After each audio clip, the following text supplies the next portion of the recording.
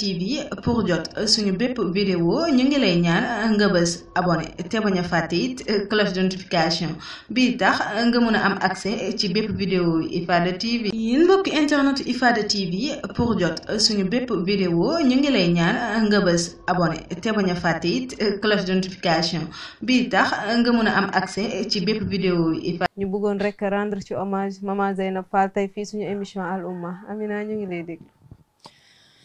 Yayo boy, yayo boy, yayo boy, yayo boy wetal ganyu. Yayo boy wetal ganyu. Guddik dimanche la xibar barot, xol ya tooy ñépp fanaane di jooy. Xol ya tooy ñépp fanaane di jooy. Yayo boy, yayo boy, yayo boy, yayo boy wetal ganyu.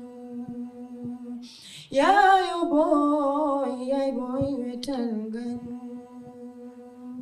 Guddik dimanche la xibar barot, xol ya tooy ñépp fanaane di jooy. Xol ya tooy ñépp fanaane di jooy.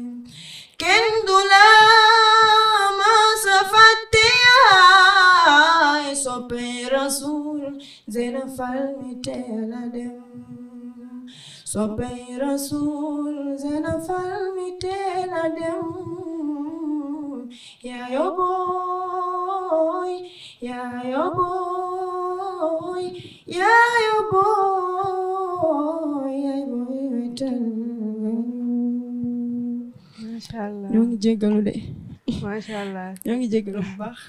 yaay booy wéetal nga ñu torop comme ni ko Amina Rasul waxee rek.